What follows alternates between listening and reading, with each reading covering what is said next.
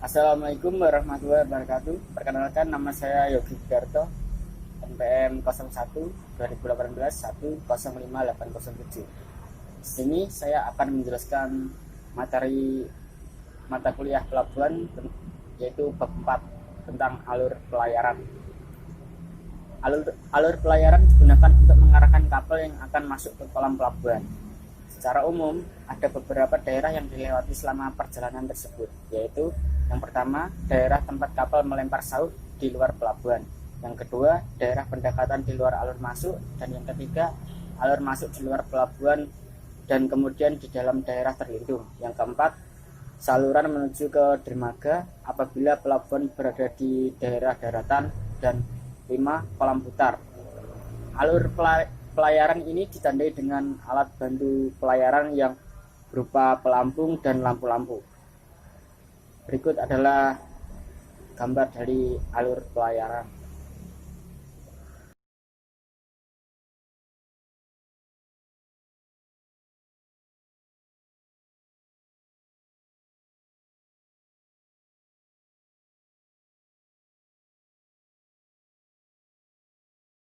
Selanjutnya adalah pemilihan karakteristik alur. Alur masuk ke pelabuhan biasanya sempit dan dangkal. Alur-alur tersebut merupakan tempat terjadinya arus, terutama disebabkan oleh pasang surut. Sebuah kapal yang mengalami atau menerima arus dari depan akan mengatur gerakannya dalam manuver, tetapi apabila arus berasal dari belakang kapal akan menyebabkan gerakan yang tidak baik. Faktor-faktor yang mempengaruhi pemilihan karakteristik alur masuk ke pelabuhan adalah sebagai berikut. Yang pertama adalah keadaan trafik kapal. Yang kedua, keadaan geografi dan meteorologi di daerah alur. Yang ketiga, sifat fisik dan variasi dasar saluran. Yang keempat, fasilitas atau batuan-batuan yang diberikan pada pelayaran. Yang kelima, karakteristik maksimum kapal-kapal yang menggunakan pelabuhan. Dan yang keenam adalah kondisi pasang surut, arus, dan gelombang.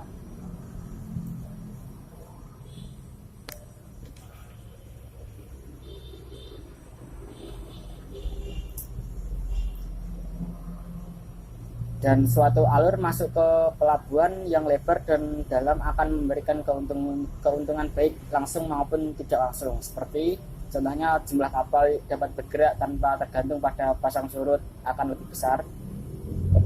Selanjutnya, berkurangnya batasan gerak dari kapal-kapal yang mempunyai draft besar dan dapat menerima kapal yang berukuran besar ke pelabuhan. Selanjutnya, mengurangi waktu penungguan kapal-kapal yang hanya dapat masuk ke pelabuhan pada waktu air pasang. Dan yang selanjutnya, mengurangi waktu transito barang-barang. Selain keuntungan tersebut, dapat menentukan karakteristik alur ini perlu ditinjau pula biaya pengerukan yang lebih besar apabila alur tersebut lebar dan dalam dibandingkan dengan alur yang sempit dan dangkal.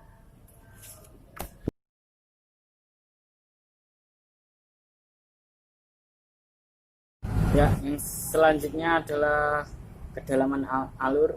Untuk mendapatkan kondisi operasi yang ideal, kedalaman air alur masuk harus cukup besar untuk memungkinkan pelayaran pada muka air terendah dengan kapal bermuatan penuh. Kedalaman air ini ditentukan oleh berbagai faktor seperti yang ditunjukkan pada gambar 4.5.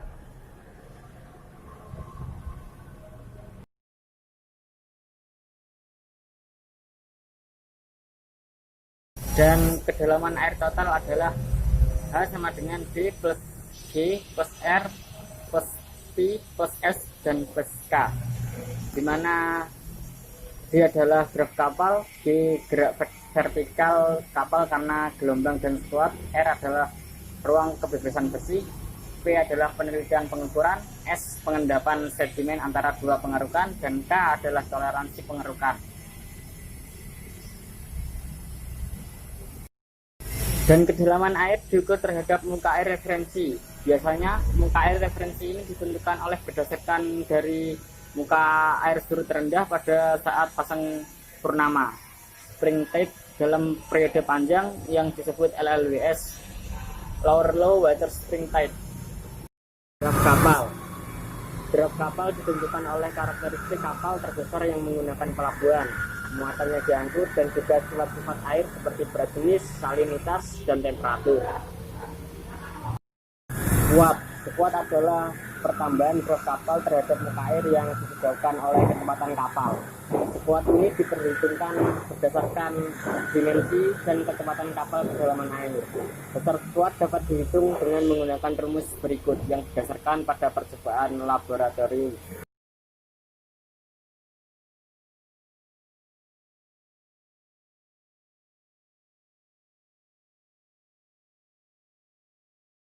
Gerak kapal karena pengaruh gelombang. Gerak kapal relatif terhadap posisinya pada waktu tidak bergerak di air diam adalah penting di dalam perencanaan alur pelayaran dan mulut pelabuhan. Gerak vertikal kapal digunakan untuk menentukan kedalaman alur, sedang gerak horizontal terhadap seluruh alur yang ditetapkan adalah penting untuk menentukan lebar alur. Beberapa parameter yang diterapkan di atas tentu harus diperhitungkan dalam menentukan elevasi dasar alur nominal. Untuk menyederhanakan, hitungan Brun 1981 memberikan nilai ruang kebebasan bruto secara umum untuk berbagai daerah berikut ini. Yang pertama, di laut terbuka yang mengalami gelombang besar dan kecepatan kapal masih besar, ruang kebebasan bruto adalah 20% dari draft kapal maksimum. Yang kedua, di daerah tempat kapal melempar sauh di mana gelombang besar, ruang kebebasan bruto adalah 15% dari draft kapal. Yang ketiga, alur di luar kolam pelabuhan di mana gelombang besar, ruang kebebasan bruto adalah 15% dari draft kapal. Yang keempat, alur yang tidak terbuka terhadap gelombang, ruang kebebasan bruto adalah 10% dari draft kapal. Kolam pelabuhan yang tidak terlindungi dari gelombang, ruang kebebasan bruto adalah 10-15% dari draft kapal.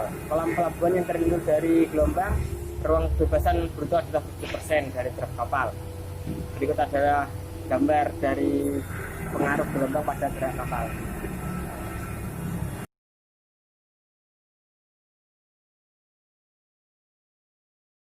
Lebar alur. Lebar alur biasanya diukur pada kaki sisi-sisi miring saluran atau pada kedalaman yang direncanakan. Lebar alur tergantung pada beberapa faktor, yaitu yang pertama lebar, kecepatan, dan geraknya kapal. Yang kedua trafik kapal, apakah alur direncanakan untuk satu atau dua jalur. Dan yang ketiga kedalaman alur. Yang keempat apakah alur sempit atau lebar. Yang kelima stabilitas tebing alur. Dan yang terakhir adalah angin, gelombang, arus, dan arus melintang dalam alur. Berikut adalah tabel alur menurut OCDI.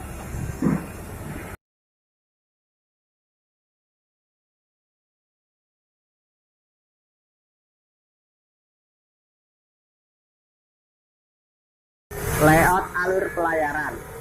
Untuk mengurangi kesulitan dalam pelayaran, cepat mungkin trase alur pelayaran merupakan garis lurus. Apabila ini tidak mungkin, misalnya karena adanya dasar kurang, maka sumbu alur dibuat dengan beberapa bagian lurus yang dihubungkan dengan busur lingkaran. Faktor-faktor yang mempengaruhi pada pemilihan trase adalah kondisi tanah, dasar laut, kondisi pelayaran, angin, arus, gelombang, peralatan bantu, lampu, radar, dan pertimbangan ekonomi. Berikut adalah beberapa ketentuan yang diperhatikan dalam merencanakan trase alur pelayaran. Yang pertama, dapat mungkin trase alur harus mengikuti garis lurus. Yang kedua, satu garis lengkung akan lebih baik daripada deretan belok kecil dengan interval pendek. Yang ketiga, garis lurus yang menghubungkan dua kurva lengkung harus mempunyai panjang minimum 10 kali panjang kapal terbesar. Yang keempat, dapat mungkin alur tersebut harus mengikuti arah arus dominan untuk memperkecil alur melintang. Yang kelima, jika mungkin pada waktu kapal terbesar masuk pada air pasang, arus berlawanan dengan arah kapal yang datang. Yang keenam, gerakan kapal akan sulit apabila dipengaruhi oleh arus atau angin melintang. Yang ketujuh, pada setiap alur terdapat apa yang disebut titik tidak boleh kembali, di mana kapal tidak boleh berhenti atau berputar. Dan mulai dari titik tersebut kapal-kapal diharuskan melanjutkan sampai ke pelabuhan. Dan berikut adalah jari-jari minimum untuk kapal yang membelok tanpa bantuan kapal tunda.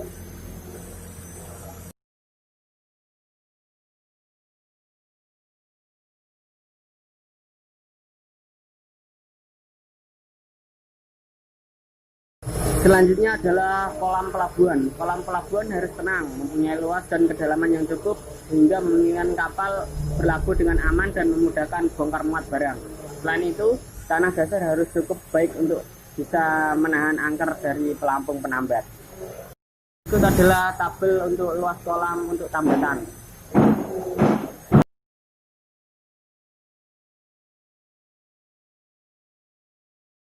Berikut ini adalah tabel kedalaman kolam pelabuhan dan tabel tinggi gelombang kritis di pelabuhan.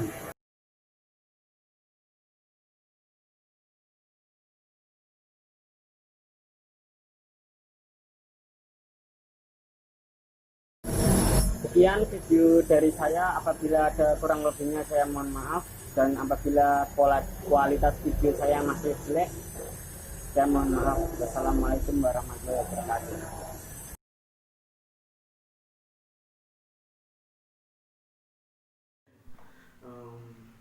Selamat siang atau pagi ya. Saya Daniel Lukianto. Saya akan menjelaskan tentang dermaga, tugas dari pelabuhan. Saya NPM 01 2018105779. Saya akan menjelaskan tentang dermaga. Ya, dermaga itu apa sih? Pengertian dermaga dulu ya, pengenalan. Dermaga itu tempat bongkarnya bukan muat gitu ya, barang atau penumpang kayak gitu. Jadi tempat berhentinya kapal juga untuk menurunkan barang, terus nanti menaikkan barang atau menurunkan penumpang atau menaikkan penumpang itu ya teman. Dan dermaga ini berada di pelabuhan pasti, soalnya ada kapal ya di laut kayak gitu ya. Pelabuhan yang saya tahu mungkin ada di Perak di Surabaya ya teman-teman. Di sana juga ada dermaga. Di sana ya ada terminalnya juga itu dan lain-lain lah, alat-alatnya ya. Yang saya bahas ini lebihnya ke dermaga ya. Ini ada tipe-tipe dermaga teman-teman. Tipe-tipe dermaga itu ada 3 itu tipe, yaitu ada dermaga tipe WAF. WAF itu apa sih?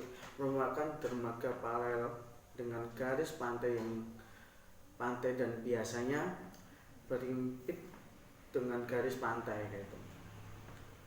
WAF juga dapat berfungsi sebagai penahan tanah yang ada di belakangnya.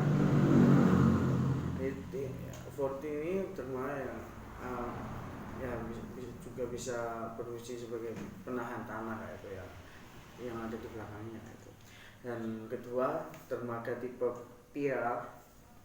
Pier merupakan dermaga yang berada pada garis pantai dan posisinya tegak lurus dengan garis pantai ya, kayak gitu teman-teman. Ada juga dermaga tipe jetty. Dermaga tipe jetty merupakan dermaga yang menjorok ke laut sedemikian sehingganya sisa depan berada pada kedalaman yang cukup untuk mencapai kapal. Jetty digunakan untuk merapat kapal tanker atau kapal pengangkut gas alam ya, yang mempunyai ukuran sangat besar. Jadi jetty ini berfungsi untuk ya kapal-kapal besar gitu ya, tapi yang mengangkut kayak kapal-kapal tanker atau kapal-kapal pengangkut gas alam gitu ya. Ya, itu pengertian dari dermaga dan tipe-tipe dermaga. Yang ini saya akan bahas untuk struktur dermaga. Ya, struktur dermaga, pada perencanaan struktur di dermaga harus dipertimbangkan ya. Semua aspek yang mungkin akan yang berpengaruh baik pada saat pelaksanaan konstruksi maupun pada saat pengoperasi dermaga, seperti kebutuhan yang akan dilayani gitu. Ukuran kapal, arah gelombang dan angin, kondisi topografi dan tanah dasar laut, dan tinjauan ekonomi untuk mendapatkan bangunan yang paling ekonomis ya gitu. Jadi kita untuk membangun perencanaan struktur dermaga itu ya kita banyak sekali sih penghitungannya untuk prosesnya kayak gitu. Nah, kita pasti ya lebihnya ya kita buat yang ekonomis pasti ya lebih kuat dan pasti lebih murah kayak gitu ya. Kalau bahasanya orang-orang kayak itu lebih murah lah, lebih kuat kayak itu. Nah, dan kita ya juga penghitungan dari gelombang kayak itu, gelombang lautnya berapa besarnya kayak itu, datangnya kayak itu teman-teman, anginnya, terus tanahnya laut itu kayak gimana kayak itu juga harus diperhitungkan. Soalnya kalau nggak diperhitungkan mungkin nah kita masa kayak besinya berapa atau kita membangun strukturnya itu masa kita ngawur ya enggak kan, pasti kita perhitungan itu kekuatan. Oh, kalau anginnya segini kita harus pakai struktur yang ukuran berapa kayak gitu ya teman-teman, kalau kita merencanakan struktur dermaga ya. Oke. Kita lanjut ya, setelah kita itu perencanaan struktur dermaga ya. Gimana sih kita harus baik untuk mencari tipe-tipe dermaganya. Kalau wilayahnya kayak gini ya harus gimana kayak itu ya. Satu ya caranya itu ya kita harus tahu tujuan topografi daerah pantainya kayak itu teman. Itu kita harus tahu. Kedua, jenis kapal yang dilayani gitu. Kita harus tahu jenis kapal yang dilayani itu gimana, terus dia bawa apa kayak gitu. Dia jenis kapal yang kayak gimana itu harus tahu kita. Ketiga, daya dukung tanahnya. Kita harus tahu daya dukung tanah juga di pantainya itu gimana kayak gitu.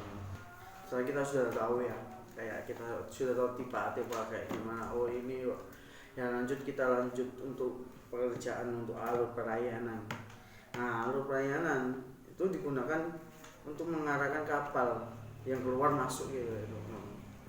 Alur pelayanan ini dan kolam pelabuhan cukup tenang terhadap pengaruh gelombang atau arusnya gitu. Nah, yes, kita untuk kedalaman alur untuk mendapatkan kondisi operasi yang ideal, kedalaman air di alur masuk harus cukup besar untuk memungkinkan pelayanan pada muka air terendah dengan kapal kayak itu ya. Bermuatan penuh gitu ya, kapal yang bermuatan penuh bersama yang digunakan untuk mendapatkan kedalaman alurnya gitu ya. Dengan cara apa ya, fungsinya itu ada H sama dengan D tambah G tambah Z tambah P tambah R tambah S tambah K itu. H itu adalah kedalaman total air di aluran pelayanan saat muka air terendah. D draft kapal, berapa meter draft kapalnya. G gerakan vertikal kapal. Gerakan vertikal kapal. Mencari gerakan vertikal kapal itu dengan rumus B per 2 kali sin alpha itu ya. Nah, alpha sudut oleng kapal. Nah, alpanya itu sudut oleng kapal, B-nya itu lebar kapalnya berapa meter gitu ya. Itu mencari G kayak itu. Kalau menjadi jets, nah squads, nah itu 2,4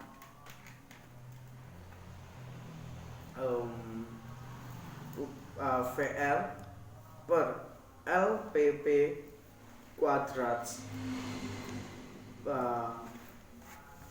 akar buka kurung 1 kurangi VR pangkat 2 itu kalau kita mencari jets. Kalau kita mencari volume air yang dipindahkan gitu ya, berapa milimeter ya, itu jadi LPP panjang garis air. Kalau VR angka flooded gitu. Kalau V itu kecepatan kapal, berapa sih kecepatan kapal. Kalau G percepatan gravitasi ya gitu ya. Nah, kalau H kedalaman air. Kalau P ketelitian pengukuran kayak gitu ya teman. Kalau R ruangan kebebasan bersih sebagai pengalaman antara luas dengan dasar laut. Nah, kalau S edapan sedimen di antara dua pengerukan kayak itu, pengerukan gitu. Kalau K itu toleransi pengerukan gitu. Nah, itu teman-teman. Nah, kalau kecepatan merapat kapal pada dermaga itu ya kita itu buat kayak ada tabel kayak gitu ya, ada ya itu tabelnya isinya untuk ukuran kapal kayak itu, ukuran kapal itu sekitar berapa sampai berapa kayak gitu ya teman-teman, kecepatan merapat ya pelabuhan kayak gitu teman-teman. Nah, kalau lebar arus pelayanan kayak gitu ya, lebar arus tergantung pada beberapa faktor, yaitu lebar kecepatan gerak kapal ya. Dan kapal apakah lalu direncanakan untuk 1 atau 2 jalur, nah itu, dan kedalamannya. Nah, ya setelah itu kita sudah tahu ya gimana cara untuk mencari alur pelayanan kayak itu. Nah, kita akan merencanakan dimensinya kayak itu. Ukuran dimensi didapatkan dari menghitung besar panjang dermaganya kayak itu, dan lebar dermaganya. Ya, ukuran dimensi ya kita harus berapa lebarnya dermaga atau sama panjang dermaga kayak itu dulu. Nah, dengan cara apa? Kalau kita mencari panjang dermaga itu dengan cara apa ya? LP sama dengan NLOA plus buka kurung N min 1 tutup kurung kali 10% kali LOA. Nah, LP itu panjang dermaga. Nah, LOA itu panjang kapal yang ditambat kayak itu. N jumlah kapal yang ditambat.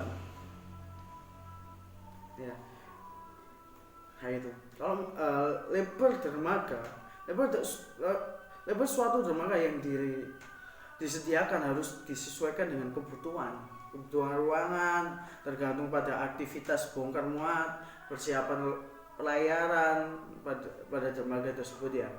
Untuk elevasi dermaga gitu, tinggi lantai dermaga dihitung dalam keadaan air pasang seperti yang jadi untuk kita menghitung untuk tinggi lantai dermaga itu ya kita harus saat air laut pasang kayak gitu itu. Nah, untuk perencanaan pembebanan, pembebanan itu ada pembebanan vertikal, horizontal kayak gitu ya. Nah, kalau pembebanan vertikal ini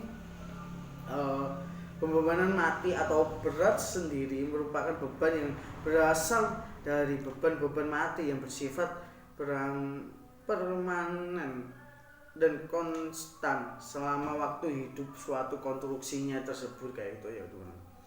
Nah, beban hidup. Beban yang digunakan dalam penghitungan pembebanan dermaga curah, cair, curah cair gitu, mengacu pada standar pembebanan pada jembatan gitu. Nah, ini pada tahun 2005 kayak itu ya, ini di Gresik kayak gitu ya. Nah, pembebanan itu ada pembebanan tadi hidup, ada pembebanan roda. Roda itu sekitar biasa 11,25 ton kayak itu ya, sekitar segitulah. Nah, pembebanan itu juga ada caranya kayak itu ya. Kalau ini pembebanan horizontal kayak itu ya. Ini setelah vertikal ada horizontal juga. Gaya penturan kapal beban fender. Nah, bebanan horizontal, bebanan benturan kapal beban fender kayak itu. Nah, benturan itu kan yang akan diserap oleh fender. Fender itu kan fungsinya untuk menahan serapan benturan kayak itu ya. Itu fender kan dibuat dari kayak karet kayak gitu, yang ya fendernya juga kita apa ya, kita juga mengikuti ukuran kayak gitu ya. Kalau kalau panjang, fender panjang itu ya bisa buat kecil, bisa buat besar. Tapi kalau pendek itu bisanya untuk besar gitu ya. Kalau kecil itu ya bisa tapi nggak maksimal kayak gitu ya kalau fender ya.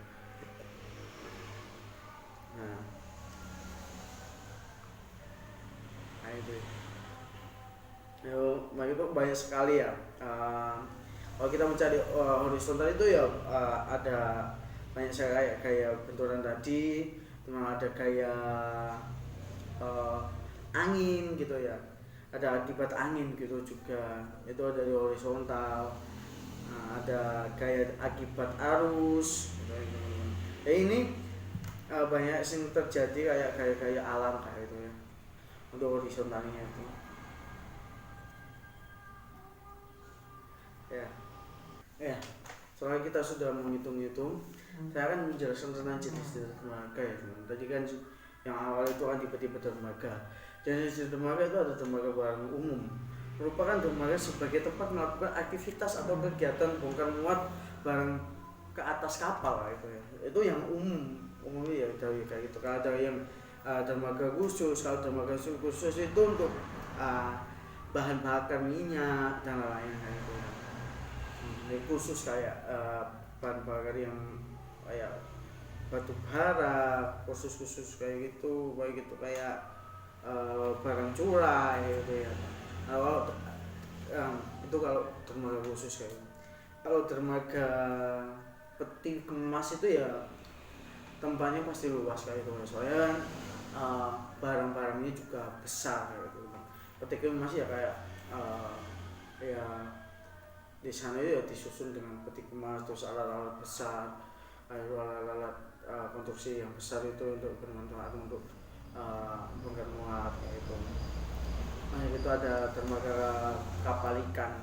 Kalau kapal ikan kan pasti sudah enggak kayak apa ya, nggak usah saya jelaskan, kayak ya pasti tentang ikan kayak gitu ya, tentang kayak apa ya, penjualan ikan kayak gitu ya adanya. Kalau ada kayak itu terus ada setelah pelayar ngelayar gitu ya, mancing kayak gitu kan sampai dermaga itu, kayak itu ada dermaga ikan kayak gitu ya. Kalau dermaga marina itu merupakan dermaga yang biasanya ditempatkan untuk kapal-kapal speedboat atau kapal spesial.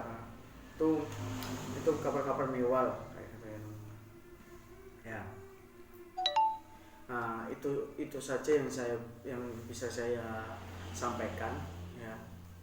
Mungkin penjelasan saya kurang bisa dipahami atau gimana, saya juga minta maaf.